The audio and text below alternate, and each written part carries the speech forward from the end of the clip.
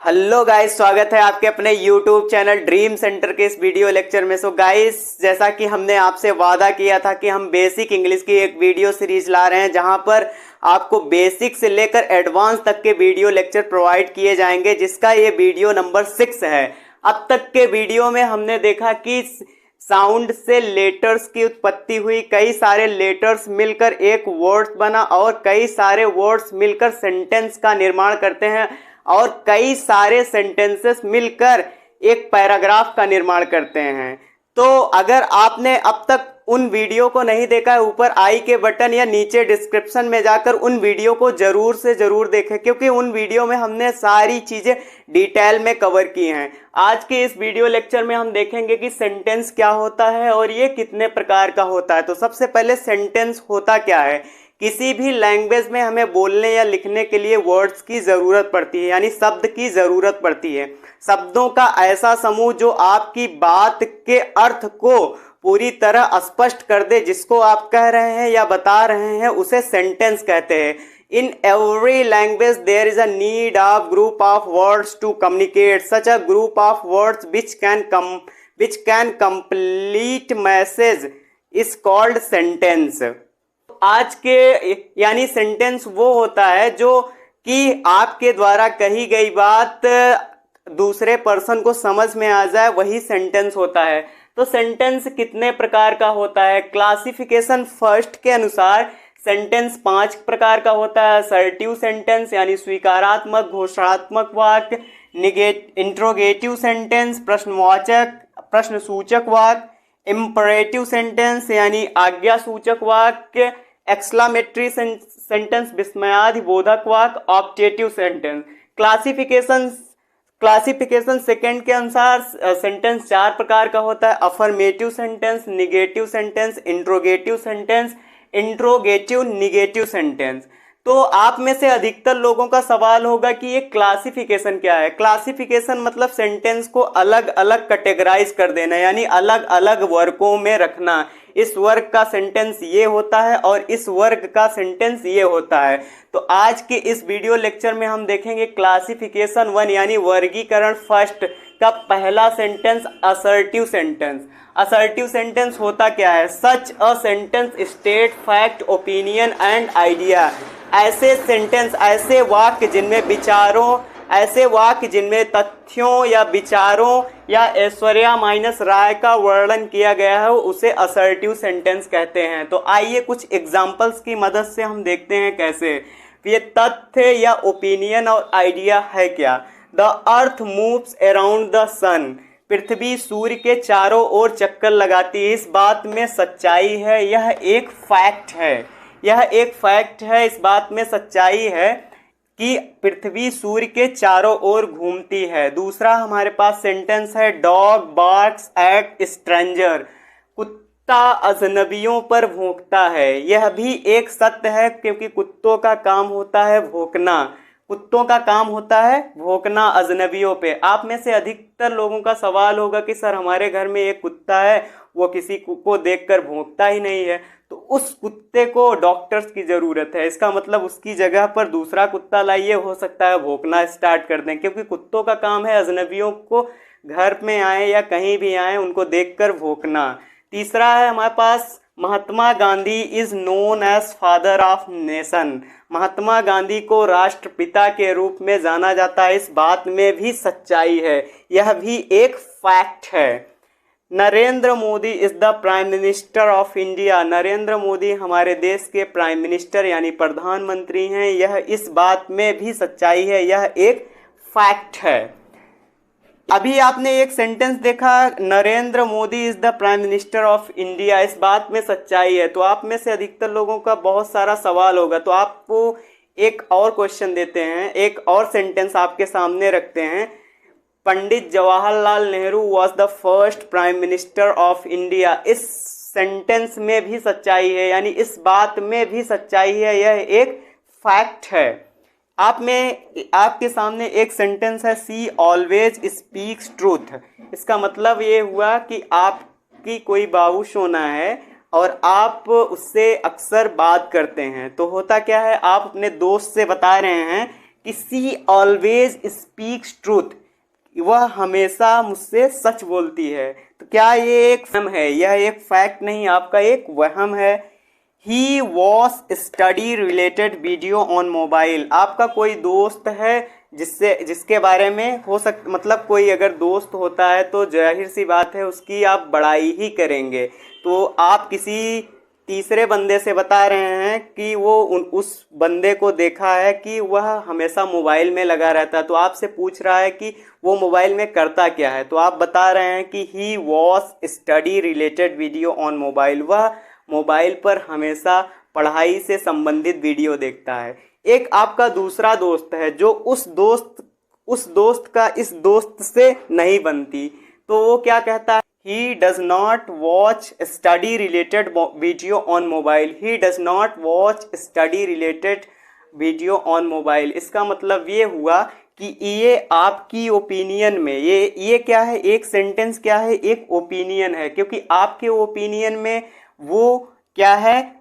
Mobile पर study यानी पढ़ाई से संबंधित वीडियो देखता है, जबकि आपके फ्रेंड के ओपिनियन से वो क्या देखता है? मोबाइल में स्टडी रिलेटेड वीडियो ना देख के कुछ और देखता है। आइए देखते हैं, she does not talk to anyone but me, जिसके बारे में आप पहले बात की, अपने दोस्तों से तारीफ कर रहे थे कि वो हमेशा सच बोलती है, तो वो आप ये बता रहे हैं कि वो हमारे अलावा किसी और से बात भी नहीं करती है। तो इसका मतलब ये हुआ कि एक आपका दोस्त है। एक बार क्या हुआ ना कि जैसे ही आपने बताया कि she does not talk to anyone but me, तो वो कहा अच्छा, तो उसने क्या किया कि वो देखना स्टार्ट कर दिया, उसको ताड़ना स्टार्ट कर दिया। तो एक दिन क्या हुआ कि वो छत पर टेरेस पर किसी और से बात कर रही थी, तभी उसने आपके पास फ़ोन किया, मतलब आपके दोस्त के पास फ़ोन किया, आपके पास फ़ोन किया, तो पता चला कि वो किसी और से बात करती है, मतलब कहीं और। तो यहाँ पर क्या हुआ? आपने इसको क्या स्टार्ट कर दिया? कहना चीटर, सी इज़ चीटर। तो पहला क्या हुआ? जब वो आपसे बात करती थी, जब आपको उसके बारे में पता नहीं था, तब आपकी ओपिनियन में क्या थी? वो अच्छी थी, सी ऑलवेज स्पीक्स ट्रूथ। लेकिन जैसे ही आपको पता चला she is engage with other person, तो आपने कहना क्या स्टार्ट कर दिया? चीटर कह दिया। इसका मतलब ये हुआ कि ऊपर के ये जो सेंटेंस हैं ये क्या हैं? एक फैक्ट हैं, इनको चेंज नहीं किया जा सकता। जैसे कि अर्थ मूव्स अराउंड द सन, यह इस बात में सच्चाई है। इसको अगर कोई कहे कि नहीं अर्थ जो है वो पृथ्वी जो है ना वो सूर्य के चारों ओर नहीं घूमती, तो वो एक नंबर का समझ ही सकते हैं। तो इसका मतलब ये हुआ, कोई ये नहीं कह सकता कि sun moves around the earth. इस बात में सच्चाई है, कुत्ता भौंकता है, लेकिन यहाँ पे क्या है? इस बात को चेंज किया जा सकता है। जैसे जिसके प्रति आपका व्यवहार अच्छा है उसकी आप बड़ाई करते हैं, हो सकता है आने वाले टाइम में आपका व्यवहार उससे खराब हो जाए तो आप बुराई करना स्टार्ट कर दें। तो यानी क्या होता है? हमारी ओपिनियन चेंज होती रहती है। तो जैसा कि अभी आपने देखा असर्टिव सेंटेंस, अब हम आगे देखते हैं इंट्रोगेटिव सेंटेंस। हेलो गाइस, अब तक हमने देखा कि असर्टिव सेंटेंस क्या होता है। अब अगला सेंटेंस हमारे सामने है इंट्रोगेटिव सेंटेंस। इंट्रोगेटिव सेंटेंस मतलब प्रश्नवाचक या प्रश्न सूचक वाक्य। इंट्रोगेटिव सेंटेंस होता क्या है? ऐसे वाक्य जिनमें प्रश्न पूछा जाता हो उसे इंट्रोगेटिव सेंटेंस कहते हैं। Such sentences are used to ask question is called interrogative sentence. Interrogative sentence ये दो प्रकार के होते हैं, एक यस या नो टाइप वाले, एक या WH फैमिली। यस या नो टाइप वाले सेंटेंस क्या होते हैं? जैसे कि हमने आपसे कोई प्रश्न पूछा और आपने उस प्रश्न का उत्तर एक वर्ड में दे दिया, एक शब्द में दे दिया, हाँ या ना में दे दिया, उसे हाँ या ना वाले वाक्य कहते हैं, या यस या नो टाइप वाले सेंटेंसेस कहते हैं। जैसे हमने पूछा कि आपने खाना खाया, हैव यू टेकन फूड, सो आपने उत्तर दिया यस, हाँ या ना, क्या आपने खाना खाया, आपने उत्तर दिया हाँ, तो ये एक यस या नो टाइप वाले क्वेश्चन हैं। ऐसे सेंटेंसेस यानी ऐसे वाक्यों की शुरुआत हेल्पिंग वर्ब से होती है, ऐसे वाक्यों की शुरुआत हेल्पिंग वर्ब से होती है और इंड विथ क्वेश्चन मार्क, और इनके अंत में क्वेश्चन मार्क लगता है। जैसे देखिए कैसे, ये देखिए, are you playing here, are you, इस सेंटेंस में एक क्वेश्चन पूछा जा रहा है कि क्या आप यहाँ खेल रहे हो। तो यहाँ पर सबसे पहले किससे शुरुआत हुई, हेल्पिंग वर्ब से। आर एक क्या है, आर एक हेल्पिंग वर्ब है और इसके अंत में क्या लगा, एक क्वेश्चन मार्क लगा। जैसे कि हम फ्यूचर की बात करें, will you go to school tomorrow, क्या आप स्कूल, कल आप स्कूल जाओगे। तो यह भी विल ये क्या है, एक हेल्पिंग वर्ब है और इस सेंटेंस का अंत किससे हुआ, क्वेश्चन मार्क के साथ। तो इसका मतलब ये हुआ कि ऐसे वाक्य, it starts with helping verb and ends with question mark. Will you talk to her again, जैसे हमने आपको असर्टिव सेंटेंस में बताया था कि आपका कोई सोना बाबू जिससे आप बात करते थे उससे, उसके बारे में आपको पता चल गया। तो अब क्या हुआ कि आपका दोस्त जो है आपसे पूछ रहा है कि will you talk her again, क्या आप उससे फिर दोबारा बात करोगे, नहीं तो हम अपना कार्यक्रम आगे बढ़ाएं। फिर क्या हुआ, दूसरा है हमारे पास WH फैमिली वाले, ऐसे क्वेश्चन जिसमें व्हाट से स्टार्ट हो, व्हाई, हाउ और एंड विथ क्वेश्चन मार्क। ऐसे क्वेश्चन जिसमें कि WH फैमिली का व्हाट आए, वाई आए और हाउ आए। जैसे कि व्हाट्स योर नेम, नाम पूछने के लिए, what's time on your by your wrist watch and where are you going now. ये क्या है, WH फैमिली वाले वाक्य हैं और इनके अंत में भी क्वेश्चन मार्क लगता है। जैसे आपके सामने एक सेंटेंस है, व्हाट्स योर नेम, ये किसी का नाम पूछा जा रहा है। ये व्हाट क्या है, ये एक WH फैमिली का है और इसके बाद हेल्पिंग वर्ब है और यहाँ पर किसी का नाम पूछा जा रहा है और इसके अंत में क्या है, क्वेश्चन मार्क है। तो ऐसे सेंटेंसेस की पहचान क्या होती है, इनके अंत में क्वेश्चन मार्क लगा होता है। या तो ये हेल्पिंग वर्ब से स्टार्ट होते हैं या तो WH फैमिली वाले से स्टार्ट होते हैं। Why did you not go to school yesterday, why क्या है, रीजन पूछने के लिए कि कल आप स्कूल क्यों नहीं आए थे। Why did you not go to school yesterday, कल आप स्कूल क्यों नहीं गए थे। How do you complete all this alone, how मतलब आप कैसे, ये इतनी सारी चीज आप कैसे कंप्लीट करते हो, मतलब कैसे पूरा करते हो। Whom will you talk now, जैसे कि आपके दोस्त ने जब पूछा कि will you talk her again, आपने उत्तर दिया no, तो वो दोबारा आपसे पूछता है whom will you talk now, अब किससे आप बात करोगे, मतलब उससे नहीं करोगे तो किससे करोगे, नहीं तो हम थोड़ा कार्यक्रम आगे बढ़ाएं। सो नेक्स्ट, इस सेंटेंस में आपने देखा कि इंट्रोगेटिव सेंटेंस क्या होता है। इंट्रोगेटिव सेंटेंस के अंत में क्या होते हैं, क्वेश्चन मार्क लगा होता है, या तो यस या नो टाइप वाला क्वेश्चन है तो ये इसकी स्टार्टिंग हेल्पिंग वर्ब से होती है। हेल्पिंग वर्ब क्या होते हैं, be verb, is, am, are, was, were, या तो do, did, do, does, did, या तो हैज, हैव, हैड, या तो विल। ये सभी क्या होते हैं, हेल्पिंग वर्ब होते हैं। और WH फैमिली वाले क्या होते हैं, व्हाट, व्हाई, व्हेन, हाउ, ये सब क्या हैं, WH फैमिली वाले होते हैं। तो इनकी पहचान ये होती कि इनके लास्ट में क्वेश्चन मार्क लगा होता है। नेक्स्ट सेंटेंस हम देखते हैं imperative sentence.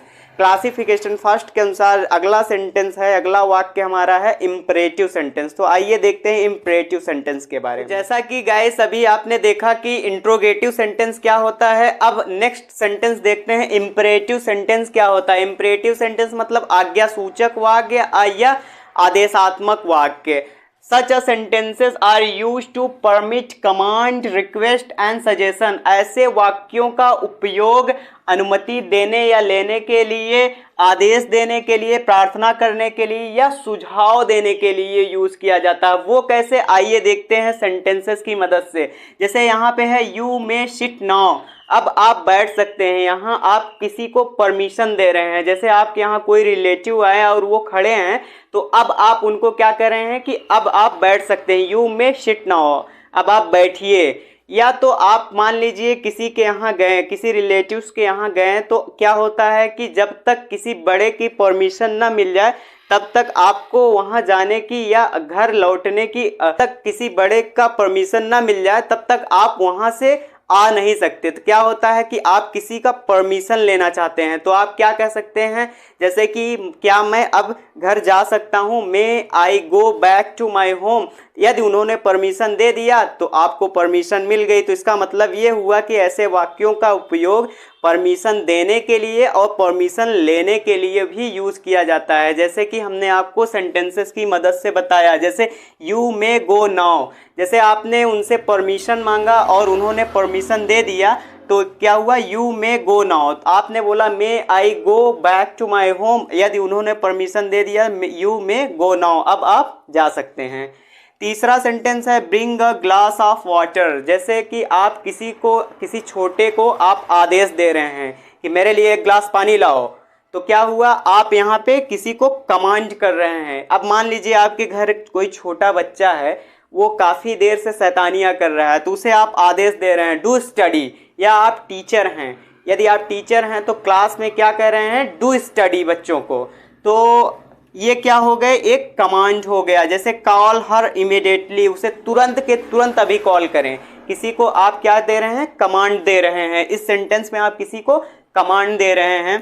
Please let me play, मान लो ये जो छोटा बच्चा है जो अभी शैतानियां कर रहा था, ये काफ़ी देर तक पढ़ते पढ़ते ऊब गया, तो आपसे क्या करेगा, रिक्वेस्ट करेगा please let me play now, मतलब अब हमें खेलने दें, मतलब मुझे अब खेलने दें। तो ये इसमें क्या कर रहा है, वो रिक्वेस्ट कर रहा है। जैसे आपको मोबाइल की ज़रूरत है तो क्या करेंगे, कहीं आपको बहुत ज़रूरी कॉल करना हो तो आप किसी से क्या करेंगे, रिक्वेस्ट करेंगे, could I have your cell phone please, I want to talk to someone. तो ये क्या हुआ, ऐसे सेंटेंसेस का यूज़ परमिट आज्ञा देने या लेने के लिए, कमांड आदेश देने के लिए, रिक्वेस्ट करने के लिए, और सजेशन क्या होता है, लास्ट हमारे पास है सजेशन देने के लिए। जैसे ऑलवेज स्लीप ऑन टाइम, जब किसी सेंटेंस में सजेशन दिया जाए, सुझाव दिया जाए किसी को, जैसे किसी को आप सुझाव दे रहे हैं कि ऑलवेज स्लीप ऑन टाइम, हमेशा समय पर सोएं, वहाँ बाहर मत जाएं, कितनी कड़ी धूप में बाहर नहीं जाना चाहिए, you should not go to outside. तो ये सभी क्या होते हैं, ये सभी इंपरेटिव सेंटेंस हैं। तो नेक्स्ट सेंटेंस में हम देखते हैं कि एक्सक्लेमेटरी सेंटेंस क्या होता है। सो गाइस, अभी आपने देखा कि इंपरेटिव सेंटेंस क्या होता है। नेक्स्ट सेंटेंस आपके सामने एक्सक्लेमेटरी सेंटेंस क्या होता है। Exclamatory sentence such a sentence which comes in our mind all of sudden, ऐसे वाक्य जो हमारे दिमाग में अचानक से आ जाएं उन्हें एक्सक्लेमेटरी सेंटेंस कहते हैं। एक्सक्लेमेटरी सेंटेंस मतलब हम अपनी फीलिंग को बयां करते हैं। फीलिंग्स वो इंजॉयमेंट की भी हो सकती है, दुख की भी हो सकती है, सुख की भी हो सकती है। वो कैसे, आइए देखते हैं। एक्सक्लेमेटरी सेंटेंस के पहले कुछ वर्ड यूज किए जाते हैं, वो सब होते हैं इंटरजेक्शन। तो सबसे पहले हमें देखना पड़ेगा इंटरजेक्शन होता क्या है।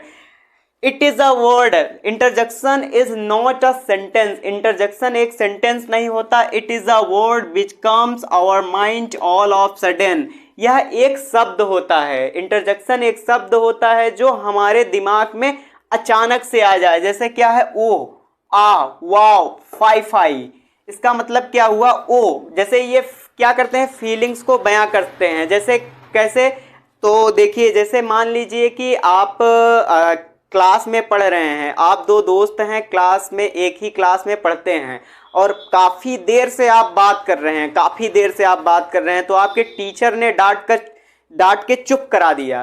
तो उसमें से एक दोस्त, एक जो होता है बंदा, एक वो क्या होता है, काफ़ी सीरियस होता है, काफ़ी सीरियस होता है। तो अगर कोई एक बार कुछ कह दे तो दोबारा गलती करने की कोशिश नहीं करता, यानी दोबारा कहने का मौका नहीं देता, इतना सीरियस है। लेकिन एक है कि एकदम ख़त्म टाइप का है कि उसको चाहे जितना भी कुछ कह दो लेकिन वो गलतियां दोबारा फिर से करेगा। तो क्या हुआ कि अचानक उसको कुछ याद आ गया, कुछ ऐसी बात याद आ गई कि वो उस फ्रेंड को फिर से कहना स्टार्ट, मतलब कि ये सुनो ना, ये सुनो ना। लेकिन इधर टीचर पढ़ा रहे हैं, लेकिन वो गलती कर नहीं सकता क्योंकि एक बार डांट खा चुका है। तो अब क्या होता है कि वो 3-4 बार बुलाया लेकिन वो बंदा सुन ही नहीं रहा है।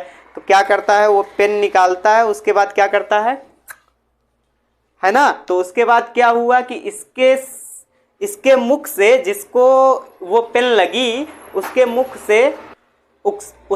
से कुछ वर्ड निकलते हैं। जैसे उसके मुंह से निकलेगा ओ, आह, और हिंदी में कुछ दूसरे टाइप की। इसका मतलब क्या हुआ, ये वो अपनी फीलिंग्स से, अपने दर्द को बयां कर रहा है, अपनी फीलिंग्स को बयां कर रहा है। तो क्या होता है, इंटरजेक्शन क्या होते हैं, ये एक वर्ड होता है। जैसे आप बाजार गए और वहां आपने एक सुंदर वस्तु देखा, आपने बोला वाओ वाओ। और फाई फाई का मतलब क्या हुआ, फाई आपके सामने एक सेंटेंस है, fie he is a corrupt officer. छी छी, कितना करप्ट ऑफिसर है, he is a corrupt officer. अपनी दुख को बयां कर रहे हैं। जब मान लीजिए कि कोई किसी की मृत्यु हो गई और क्या हुआ, एलॉस ही इज डेड, कितनी दुखद बात है कि वो मर गया। Hurrah we won the match, actually होता क्या है ना, जब हम मैच जीत जाते हैं, मैच काफी फंसा हुआ है और मैच जब हम जीत जाते हैं तो क्या होता है कि हम अपनी फीलिंग्स को बयां करते हैं, जैसे वाओ, हुर्रा, आहा, वी ओन द मैच। तो ये क्या है, एक इंटरजेक्शन की मदद से हमें क्या मिलता है, एक्सक्लामेटरी सेंटेंस, एक्सक्लामेटरी। लेकिन इसकी पहचान क्या होती है, इसके अंत में क्या होता है, एक्सक्लामेशन मार्क। एक्सक्लामेशन मार्क क्या होता है, एक लाइन खींची होती है और उसके नीचे एक बिंदु होता है, ये होता है एक्सक्लामेशन मार्क। यानी कि इसके पहले जो ये इंटरजेक्शन, ये वर्ड होते हैं, इनके पहले क्या लगा होता है, ये एक्सक्लामेशन मार्क लगा होता है। तो आप में से अधिकतर लोगों का सवाल होगा कि क्या सर हम बिना इंटरजेक्शन के क्या हम सेंटेंसेस, एक्सक्लामेटरी सेंटेंस बना सकते हैं? बिल्कुल, हाँ बिल्कुल बना सकते हैं। जैसे आपके सामने कुछ वर्ड हैं WH फैमिली के, व्हाट, सच और हाउ। व्हाट, सच और हाउ के पहले ए या एन का यूज करके, ए एन और नाउन का यूज करके आप कोई ना कोई सेंटेंस बना सकते हैं। वो कैसे, देखिए, जैसे what a place it is, ये इस या तो यहाँ पे आप एडजेक्टिव भी लगा सकते हैं, जैसे कि व्हाट अ प्लेस, आप किसी की प्लेस के बारे में बात कर रहे हैं तो अगर आपने एडजेक्टिव लगाया, जैसे what a beautiful place it is, what a beautiful, यहाँ पे क्या कर सकते हैं, ब्यूटीफुल, यहाँ पे क्या कर सकते हैं, ब्यूटीफुल, यहाँ पे क्या कर सकते हैं, ब्यूटीफुल। ठीक है, यहाँ पे आप ब्यूटीफुल कह सकते हैं। या तो व्हाट अ डर्टी प्लेस, आप यहाँ पे डर्टी भी कर सकते हैं। तो इसका मतलब क्या हुआ, आपने मतलब अपनी फीलिंग बयां की। जैसा प्लेस है, मान लीजिए आप कहीं गए, काफी अच्छा प्लेस लगा तो आपने बोला what a beautiful place it is, what a dirty place it is. लेकिन आपको क्या हुआ कि जैसे यहाँ पे केवल लिख दिया व्हाट अ प्लेस, मान लीजिए कि हमने ये सारी चीजें क्या कर दी, यहाँ पे कोई एडजेक्टिव यूज नहीं किया, लेकिन यहाँ पे लिख दिया आपने लिख दिया कि what a place it is, ये कैसा प्लेस है। तो ये लिखा हुआ है, तो इसका मतलब क्या हुआ, हमें पता नहीं चल रहा है कि ये प्लेस कैसा है। लेकिन जैसे आप स्पीकिंग कर रहे हैं, आपके एक्सप्रेशन से पता चल जाए। जैसे आपने बोला व्हाट अ प्लेस, तो इसका मतलब क्या हुआ कि आप उस प्लेस की तारीफ कर रहे हैं। लेकिन आप ऐसे कह रहे हैं व्हाट अ प्लेस, इसका मतलब क्या हुआ कि इसमें आप सामने वाला समझ जाएगा आपके एक्सप्रेशन से कि वो काफ़ी गंदा प्लेस है। लेकिन राइटिंग में क्या होता है, राइटिंग में क्या एक्सप्रेशन, यदि आप बोल रहे हैं, मान लीजिए यदि आप बोल रहे हैं तो सामने वाले को आपके एक्सप्रेशन से पता चल जाता है कि आप किस तरीके से बात कर रहे हैं। लेकिन राइटिंग में अगले बंदे को कैसे पता चलेगा कि आपने किस तरीके से लिखा है। तो इसलिए राइटिंग में आप हमेशा क्या करिएगा, हमेशा ऑलवेज गुड, क्या लिखिएगा, ऑलवेज गुड। इन राइटिंग आप ऑलवेज गुड, यहाँ पे क्या लिखिए, ब्यूटीफुल, कुछ भी, ऑसम, कुछ भी लिख सकते हैं। लेकिन जब आप बोलिएगा, यानी स्पीकिंग में अपने फीलिंग्स के जरिए उस प्लेस के बारे में कुछ ना कुछ बता सकते हैं। आइए कुछ और सेंटेंस हम आपके सामने रखते हैं, ताकि ये आपके सामने कुछ सेंटेंस हैं। What a singer she is, what a great singer she is, इसमें आप क्या कर रहे हैं, किसी की तारीफ कर रहे हैं। What a great singer she is, वो कितनी अच्छी सिंगर है, वो कितनी अच्छी गायिका है। हाउ वेल सी सिंग्स, हमने बताया था ना, व्हाट, सिंग या सच के बाद आर्टिकल या ए या एन का यूज कर, ये या एन या एडजेक्टिव या नाउन का यूज करके आप एक सेंटेंस, एक्सक्लेमेटरी सेंटेंस बना सकते हैं। तो हाउ वेल शी सिंग्स, वो कितना अच्छा गाती है। सच अ गर्ल, देखिए हमने क्या बताया था आपको कि सच अ गर्ल, यहाँ पे केवल क्या यूज किया गया है, सच के बाद क्या यूज किया गया, आर्टिकल यूज किया गया है और नाउन यूज किया गया है, लेकिन यहाँ पे कोई एडजेक्टिव यूज नहीं किया गया है। तो मान लीजिए आप स्पीकिंग कर रहे हैं तो आपके एक्सप्रेशन से पता चल जाएगा कि आप क्या कर रहे हैं, मतलब सच अ गर्ल, इसकी तारीफ कर रहे हैं या इसकी लुटिया डुबा रहे हैं। लेकिन राइटिंग में क्या करना पड़ेगा, हमने बताया था आपको, always good, such a beautiful girl आप यहाँ पे लिख सकते हैं, सच अ कुछ भी लिख सकते हैं, कोई भी एडजेक्टिव यहाँ पे लिख सकते हैं। तो सच अ ब्यूटीफुल गर्ल। तो जैसा कि अभी आपने देखा कि एक्सक्लेमेटरी सेंटेंस क्या होता है, नेक्स्ट आपके सामने है ऑप्टेटिव सेंटेंस। तो ऑप्टेटिव सेंटेंस क्या देखता है, तो आइए देखते हैं ऑप्टेटिव सेंटेंस क्या होता है। सो हेलो गाइस, अभी आपने देखा कि एक्सक्लेमेटरी सेंटेंस क्या होता है। तो अब आपके सामने एक सेंटेंस है ऑप्टेटिव सेंटेंस। ऑप्टेटिव सेंटेंस मतलब इच्छा सूचक वाक्य।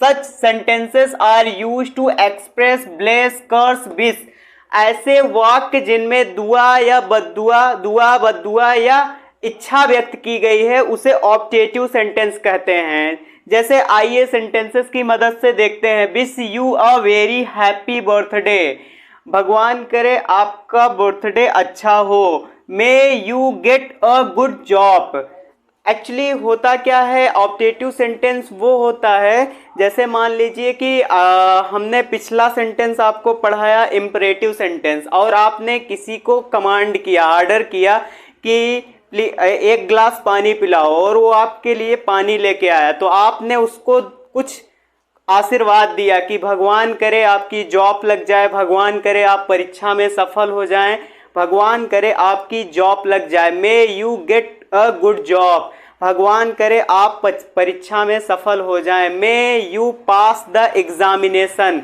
यदि आप किसी को दुआ देते हैं तो वो ऑप्टेटिव सेंटेंस होता है।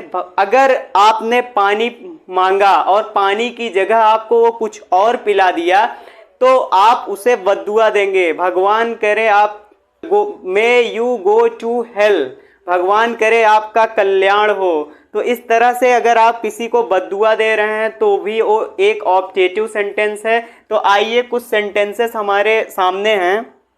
तो जैसे आप किसी को दुआ दे रहे हैं, may you get a good job, actually होता क्या है, ऐसे सेंटेंसेस की शुरुआत मे से होती है। मे सब्जेक्ट, में वर्ब की फर्स्ट फॉर्म और ऑब्जेक्ट। मे का मतलब होता है भगवान करें। तो may you get a good job, इसमें आप किसी को दुआ दे रहे हैं कि भगवान करे आपकी जॉब लग जाए। May you not get a job, आप किसी को बद्दुआ दे रहे हैं। ये ऑप्टेटिव सेंटेंस निगेटिव भी हो सकते हैं। आप किसी को बद्दुआ दे रहे हैं कि may you not get a job, भगवान करे आपकी जॉब ना लगे। मे आई कम इन, एक्चुअली होता क्या है, मे से स्टार्ट होने वाले सेंटेंसेस ऑप्टेटिव सेंटेंस होते हैं जिसमें दुआ, बद्दुआ या इच्छा व्यक्त की गई हो। मे से स्टार्ट होने वाले सेंटेंस, यदि मे से स्टार्ट होने वाले सेंटेंस के लास्ट में एक्सक्लेमेशन मार्क लगा हुआ है, यानी डंडी और बिंदी लगा हुआ है, तो वो ऑप्टेटिव सेंटेंस होता है। यदि मे से स्टार्ट होने वाले क्वेश्चन में और क्वेश्चन मार्क लगा हुआ है या उसमें कोई क्वेश्चन पूछा गया है, तो क्योंकि मे से स्टार्ट होने वाले सेंटेंस में क्वेश्चन भी पूछा जाता है। तो जैसे मे आई कम इन, क्या मैं अंदर आऊं, इस सेंटेंस में मे का यूज किया गया है, लेकिन यहाँ पर इसका मतलब ये नहीं हुआ कि भगवान करे मैं अंदर आऊं। इसका मतलब वो क्वेश्चन पूछ रहा है कि क्या मैं अंदर आऊं, और इसके लास्ट में क्वेश्चन मार्क लगा हुआ है और इसके लास्ट में एक्सक्लेमेशन मार्क लगा हुआ है। तो ये चीज आप लोग ध्यान रखिएगा कि मे से स्टार्ट होने वाला सेंटेंस क्वेश्चन इंट्रोगेटिव भी हो सकता है और ऑप्टेटिव भी हो सकता है। जैसे I wish I were your manager, काश मैं आपका मैनेजर होता, इसमें एक इच्छा व्यक्त की गई है, उसकी इच्छा है कि काश मैं आपका मैनेजर होता। दूसरा है गॉड ब्लेस यू, भगवान आपको आशीर्वाद। आप में से अधिकतर लोगों का सवाल होगा कि क्या मे के बगैर भी ऑब्जेक्टिव सेंटेंस होता है? हाँ बिल्कुल होता है। जैसे आप इसमें देखिए क्या है, you get a good job, इसमें आप किसी को दुआ दे रहे हैं। इस सेंटेंस का मतलब क्या हुआ? आप किसी को दुआ दे रहे हैं कि you get a good job, आपको अच्छी जॉब मिले। इस सेंटेंस से हमें ये पता चल रहा है कि आप किसी के लिए इच्छा व्यक्त कर रहे हैं, आप किसी के लिए प्रे कर रहे हैं कि उसको अच्छी जॉब मिले। You not get a job, इसमें आप किसी को बद्दुआ दे रहे हैं। इस सेंटेंस में बद्दुआ दी गई है कि आपको जॉब ना मिले। तो इसका मतलब ये हुआ कि मे के बगैर भी सेंटेंस में दुआ, बद्दुआ, प्रार्थना कुछ या इच्छा व्यक्त की गई है तो वो ऑब्जेक्टिव सेंटेंस होता है। तो क्लासिफिकेशन फर्स्ट के अनुसार सेंटेंस 5 प्रकार का होता है और क्लासिफिकेशन सेकंड के अनुसार सेंटेंस 4 प्रकार का होता है। क्लासिफिकेशन सेकंड कहती है कि सेंटेंस सिर्फ 4 प्रकार का होता है। अफर्मेटिव सेंटेंस, सकारात्मक वाक्य, ऐसे वाक्य जिनमें ना तो नॉट का प्रयोग हो ना तो क्वेश्चन पूछा गया हो उसे सकारात्मक वाक्य कहते हैं। निगेटिव वाक्य यानी निगेटिव सेंटेंस यानी नकारात्मक वाक्य, ऐसे वाक्य जिनमें नॉट का यूज किया गया हो उसे निगेटिव सेंटेंस कहते हैं। तीसरा है हमारे सामने इंट्रोगेटिव सेंटेंस, ऐसे वाक्य जिनमें प्रश्न पूछा गया है उसे इंट्रोगेटिव सेंटेंस कहते हैं। Such are sentences in which asked question is called interrogative sentence. तीसरा है इंट्रोगेटिव निगेटिव सेंटेंस, ऐसे वाक्य जिनमें प्रश्न भी पूछा गया है और नॉट का भी उपयोग किया गया है उसे इंट्रोगेटिव निगेटिव सेंटेंस कहते हैं। आइए कुछ एग्जाम्पल्स की मदद से देखते हैं। जैसा कि पहला सेंटेंस आपके सामने, he will go to school, classification first के अनुसार यह एक असर्टिव सेंटेंस है। सेकंड के अनुसार, क्लासिफिकेशन सेकंड के अनुसार यह एक अफर्मेटिव सेंटेंस है क्योंकि ना तो इसमें प्रश्न पूछा गया है ना ही नॉट का प्रयोग किया गया है। He takes food every day, यह एक अफर्मेटिव वाक्य है। He will not go to school, classification second के अनुसार यह एक निगेटिव सेंटेंस है क्योंकि इसमें नॉट का उपयोग किया गया है। What a great singer she is, what a great singer she is, classification first के अनुसार यह एक एक्सक्लेमेटरी सेंटेंस है क्योंकि इसमें किसी की विशेषता बताई गई है, इसमें किसी की विशेषता बताई गई है, इसलिए what a great singer she is classification first के अनुसार यह एक एक्सक्लेमेटरी सेंटेंस है। क्लासिफिकेशन सेकंड के अनुसार, क्लासिफिकेशन सेकंड कहती है कि यह एक केवल अफर्मेटिव सेंटेंस है, यह एक एक्सक्लेमेटरी सेंटेंस नहीं है। May you get a good job, classification first के अनुसार यह एक ऑब्जेक्टिव सेंटेंस है, जबकि क्लासिफिकेशन सेकंड के अनुसार क्लासिफिकेशन सेकंड कहती है कि यह एक अफर्मेटिव सेंटेंस है, यह एक ऑब्जेक्टिव सेंटेंस नहीं है। May you not get a good job, may you not, भगवान करे आपको अच्छी जॉब ना मिले, क्लासिफिकेशन फर्स्ट के अनुसार यह एक ऑब्जेक्टिव सेंटेंस है। क्लासिफिकेशन सेकंड के अनुसार यह एक केवल निगेटिव सेंटेंस है। सातवां सेंटेंस आपके सामने है, how will you go to home, आप कैसे घर जाओगे। इसमें क्या पूछा गया है? क्वेश्चन पूछा गया है, इसलिए क्लासिफिकेशन सेकंड के अनुसार यह एक क्वेश्चन मार्क यानी इंट्रोगेटिव सेंटेंस है। Why did you not go to school yesterday, कल आप स्कूल क्यों नहीं गए थे। क्लासिफिकेशन सेकंड के अनुसार यह एक इंट्रोगेटिव निगेटिव सेंटेंस है। आर यू प्लेइंग फुटबॉल, इस सेंटेंस में भी क्वेश्चन पूछा गया है, इसलिए यह भी एक इंट्रोगेटिव सेंटेंस है। तो गाइस आई होप आपको ये वीडियो लेसन पसंद आया होगा। अगर ये वीडियो आपको पसंद आया तो वीडियो को कर दे लाइक और चैनल को जरूर सब्सक्राइब कर देना क्योंकि अगली वीडियो बहुत जल्द अपलोड होने वाली है, वो सबसे अमेजिंग वीडियो होने वाली है। और अगर आपको वीडियो लेसन पसंद आया है, अगर आपके मन में कोई भी डाउट है तो आप हमें कमेंट बॉक्स में ज़रूर बताइएगा और ये भी बताइएगा कि आप वीडियो देख कहाँ से रहे हैं। यदि आप हमें इंस्टा पे फॉलो करना चाहते हैं, कुछ क्वेश्चंस पूछना चाहते हैं, तो आप हमें इंस्टा पे भी फॉलो कर सकते हैं। हमारी इंस्टा आईडी है Prince Singh, PRINCESINGH 55222, Prince Singh 55222। ये आपको पट्टी में दिख भी रहा होगा, ये आपको दिख भी रहा होगा। यहाँ पे जाइए, आप हमको फॉलो करिए। डिस्क्रिप्शन में लिंक दिया गया है, वहाँ पर जाके उस लिंक के ज़रिए भी आप हमें इंस्टा या फेसबुक पेज पर आप हमें फॉलो कर सकते हैं। वहाँ पे रिप्लाई आपको बहुत ही इंस्टेंट दिया जाएगा। Thank you so much for watching this video.